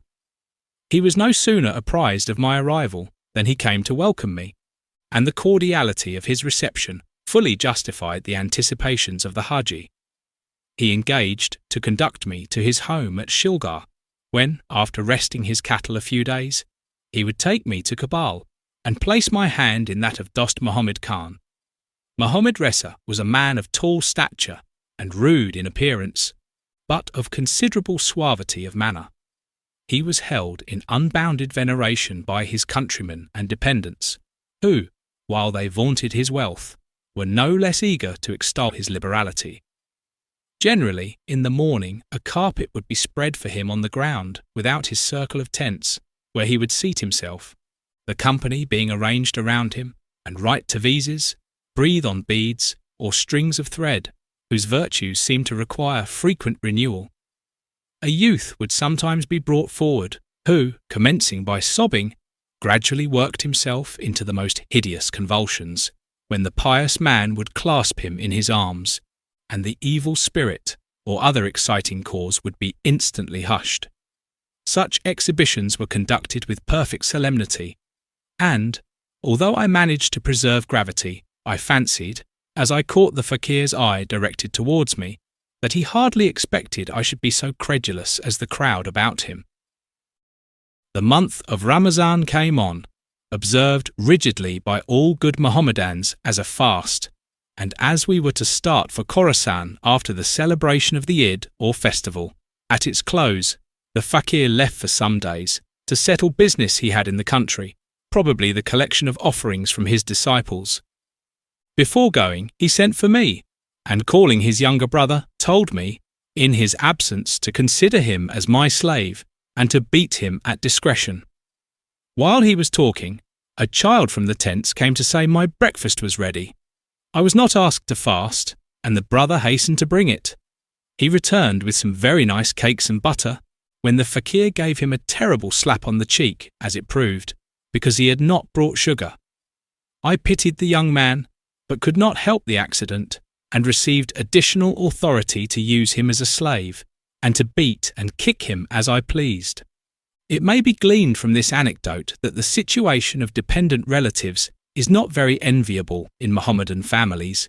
Indeed, it is one reproach of their social system that they are treated as menials. On another day during this month, I had strolled to a neighbouring fixed village, where was a grove of bur trees. I endeavoured to bring down some of the fruit by casting sticks and stones, when a woman, observing me, pulled a stout stick from a hedge, and without mercy employed it upon me, reviling me as an infidel for breaking my fast. Expostulations seemed but to increase her fury, and I was perplexed how to act, for it was awkward to return violence, when saying, "Why be angry? I am a Feringhi." She dropped her weapon, expressed great sorrow at her mistake, and helped me to bring down the fruit, at which she was much more expert than I had been. We were living within 6 or 7 miles of Dera Ismail Khan, and one day, being near the high road, I met the Nawab, who was returning from a hunting excursion. He was civil, and I told him I was going to Khorasan with the fakir. Whether he mentioned the circumstance I know not, but it became known at Dera that I was residing near at hand, and a deputation came to me, praying me to give up the idea of the perilous route by the Gomal River, and to take the easier and safer one of Peshawar, in which my Sikh acquaintance offered to assist me, if I would cross the river, and go up its eastern bank within their territory. I refused, but my Dera friends returned the following day, and were so earnest in their arguments that I consented, and accompanied them back to the town, where I passed the night at the Sikh quarters.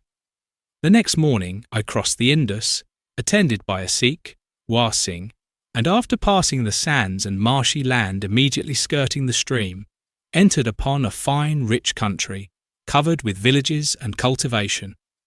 This tract, seated between the river and the desert on the east, formerly belonged to the family of the Nawab of Dera Ismail Khan, but its fertility and the expediency of bringing their frontiers to the Indus were sufficient motives for its occupation by the Sikhs.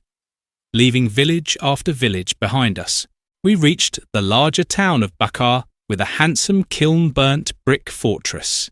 There I was introduced to the Kiladar, a well-dressed Sikh, who regretted we passed so speedily, as he was willing to have given me an entertainment. We finally gained Bela, where I found another Sikh, Singh, the chief of 100 men, who civilly welcomed me, and I became his guest for a few days. My course, so far from being to the north or towards Peshawar, had been to the south or from it. But War Singh, my companion, was attached to the party of Singh, who, it was arranged, should send me, in good hands, to Kundi, the present headquarters of Sirdar Hari Singh, whence I could easily make my way to Peshawar, either by following the course of the river to Attak, or by crossing it to Kalabagh.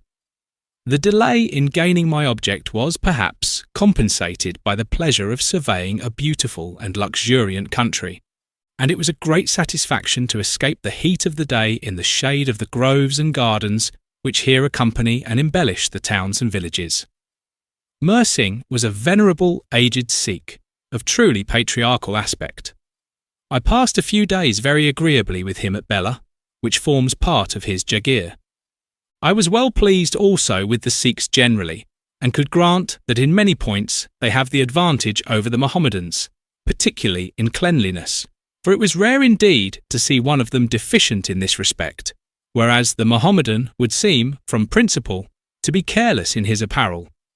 In this part of the country, I became acquainted with Lashkar Khan, formerly of more importance, but now a servant of the Maharaja Ranjit Singh. He entreated me, as a favour, to write something in his book that he might show to any other European he might chance to meet. Mir Singh at length announced that he was prepared to expedite me towards Kundi, and that he proposed I should accompany Bhawani Das, a Hindu Diwan of the Sirdar Hari Singh, who was about to return to his master to account for the collection of moneys he had made. The old chief took leave of me very kindly, asked me if I was satisfied with him, and many times entreated me to accept money, clothes, and anything I needed. I declined his offers, and we parted.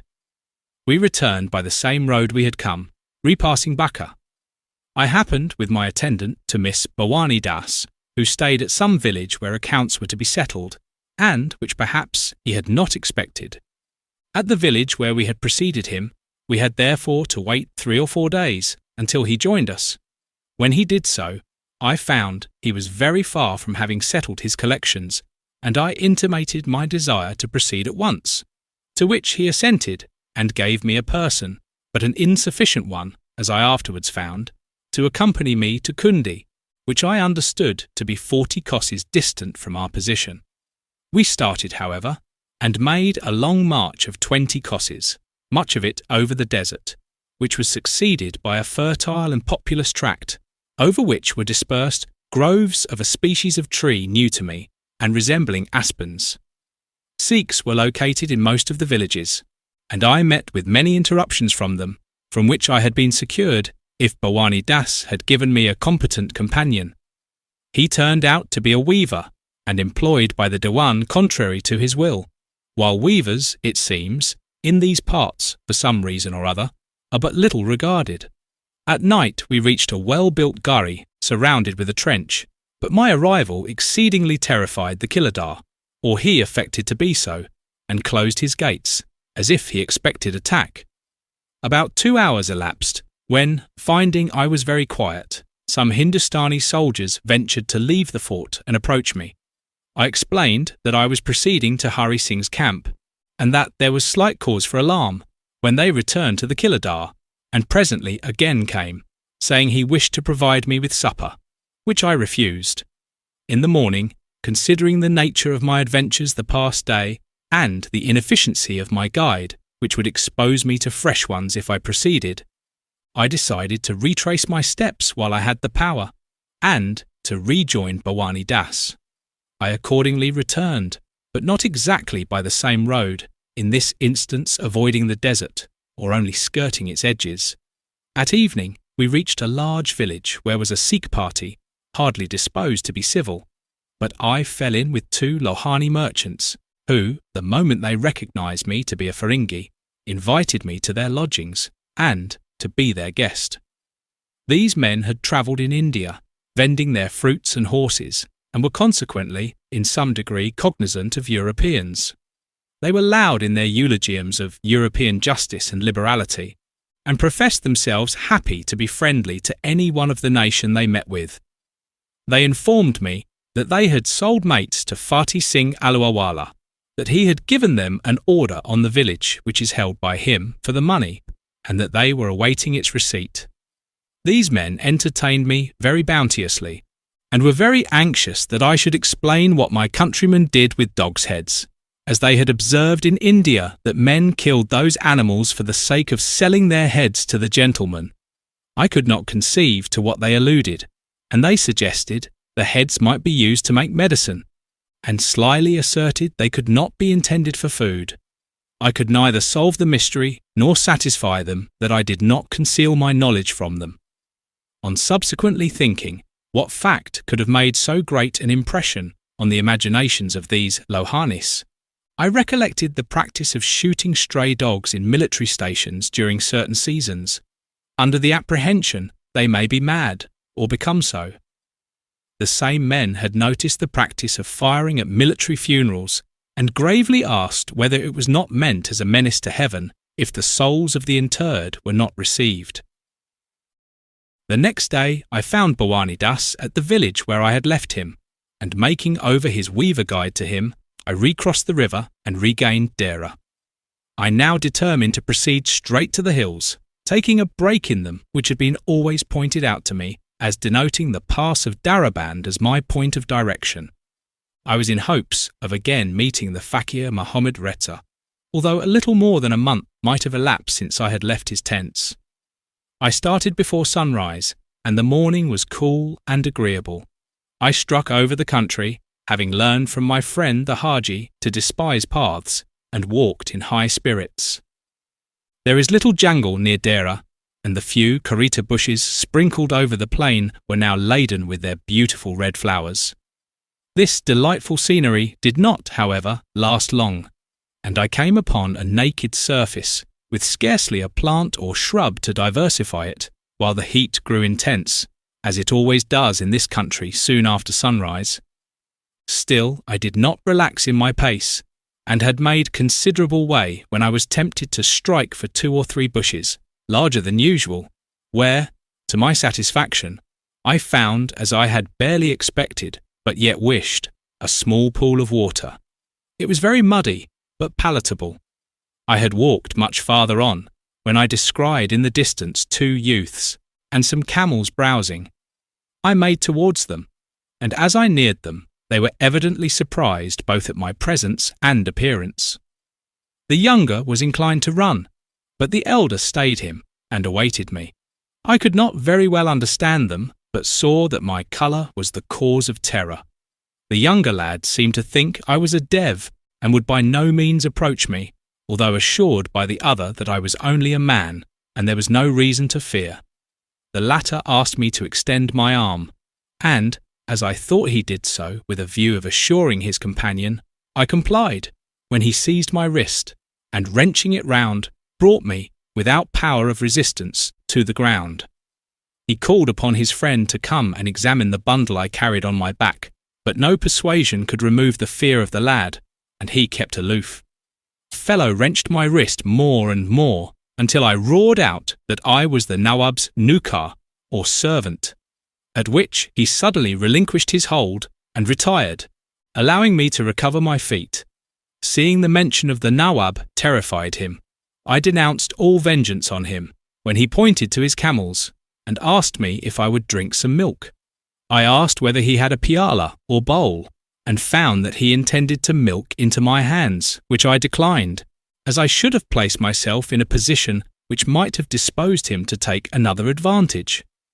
I had not gone much farther, when a little jangle occurred, and I presently came to a village, which I had understood I should find on my road, and which was satisfactory, as proving I had not deviated from the right course. I did not halt at it, and again came upon a level surface which I traversed until evening, without meeting anyone, or seeing a vestige of habitation. I was still walking, when I perceived, at a great distance, a man walking and obviously armed. He was crossing my route, yet I made towards him, and ultimately approached without his ever having noticed me. I startled him when I accosted him with "Salam alaikum," but he speedily recovered his surprise, and returned my salutation. I found that he was a stranger, and, although going to some village, scarcely knew if he was in the road for it. Therefore, as we were both in the same predicament, we readily agreed to seek it together. I told him at once that I was a Feringi, which did not affect his civility. We came upon the nest of some large fowl, in which were 2 or 3 eggs. My companion took up one of them, regarded it attentively, uttered some pious exclamations, and then carefully replaced it. On reaching a group of tall trees, he ascended one of them, to ascertain if the village he sought was in view, which we did not reach until dark. He had an acquaintance there, at whose house we were both accommodated for the night. In the morning I accompanied 2 Lohanis, who were going to Gandapur, which we reached after a short but difficult march. Here resides Omar Khan, a chief of Lohani descent. His revenue is about 60,000 rupees, of which he pays 20,000 to the Nawab of Dera. The ancient capital of the district is Daraband, romantically situated on the elevated bank of a hill stream. The villages belonging to Omar Khan are 13 in number. These would not supply his revenue, 60,000 rupees, but the greater portion is derived from the Lohani tribes, who annually visit and remain in this part of the country during the cold season. They settle, more or less, along the tract west of the Indus and between the river and the hills. In Daraband they are particularly numerous and, as in other places, pay a certain sum for the sufferance of settlement and for the privilege of grazing their camels. In this district, at the opening of spring, the various tribes assemble. Their traders, who have dispersed over the Panjab and India, return, when, in collective bodies, they proceed through the district of Takht, and paying an impost to its chief at the fortress of Darbara, they enter the hills and, forcing a passage through the Viziri hordes infesting them, proceed towards Khorasan. The merchants then spread themselves over the contiguous regions, even to Bukhara, disposing of their merchandise and wares, and purchasing horses, fruits, and dyestuffs for the ventures of the ensuing year. Omar Khan retains in pay 180 foot soldiers. The Lohanis conducted me to their khel, or collection of tents, where I was well received, but learned to my regret that Muhammad Reza had departed some days before. A wealthy merchant, Jahan Khan, took charge of my entertainment, and I remained a few days at Gandapur. But finding there was little chance of the speedy march of the party, as it was awaiting some of its friends from Hindustan, I proceeded to Daraband, about 3 or 4 kosses distant, which I was anxious to see. This town has a small bazaar, and there are some large old houses, but deserted and in decay, their ancient Hindu owners having fled.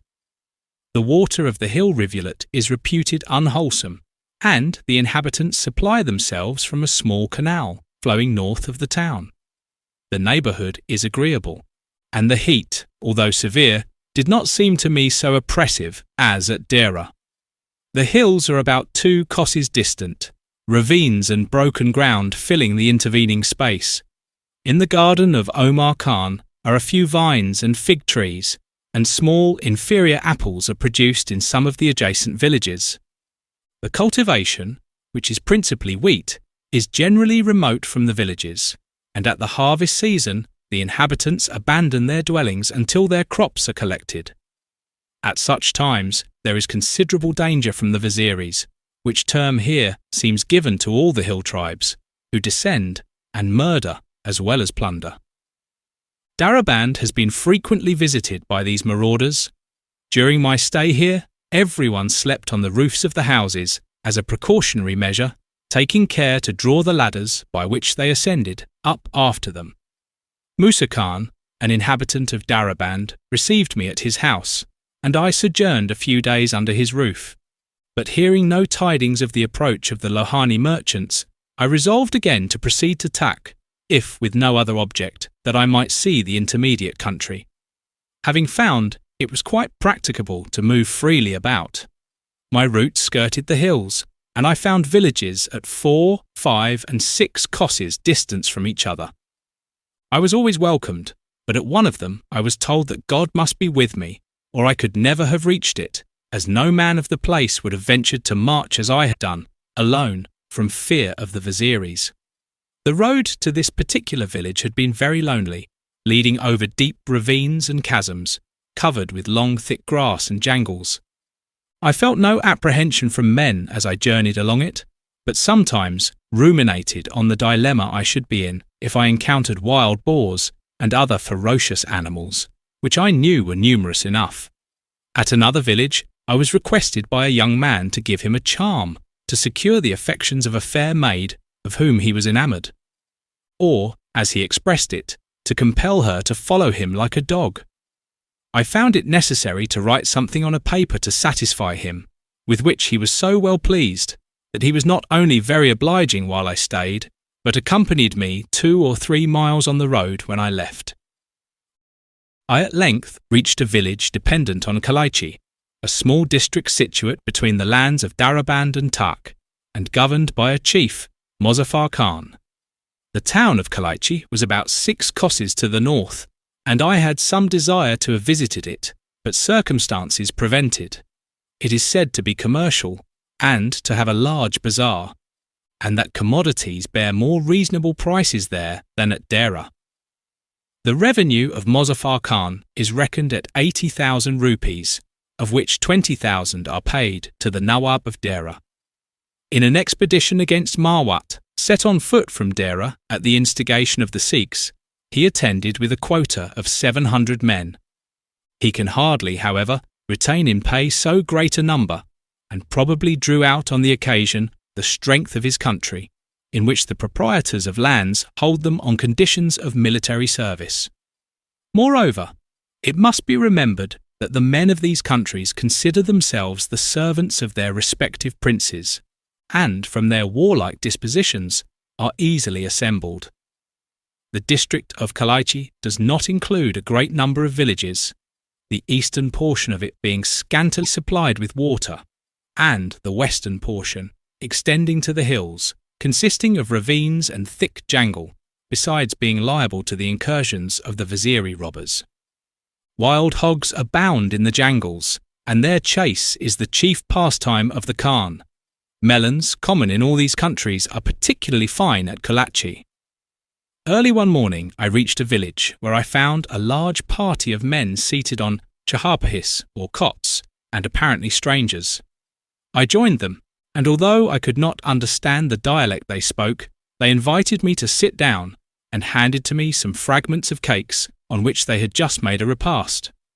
One of them, who spoke Hindustani, addressed me and took away the fragments of cakes placed before me, telling his companions, as I could comprehend, that such fare was not proper for me, who was a Feringi. The consequence was that fresh cakes were prepared and served with the addition of butter and sugar. Many of the party were disposed to be merry, and made motions as if cutting a man's throat and shooting with arrows, at which I had only to laugh as they did themselves. The man who spoke Hindustani seemed a busy personage amongst them, and was continually on the move. Therefore I saw little of him, but when they prepared to depart, and some of them, I could make out, asked me to accompany them, I desired him to tell me who they were, and where they were going. He replied that they lived in the hills, but would return to the village.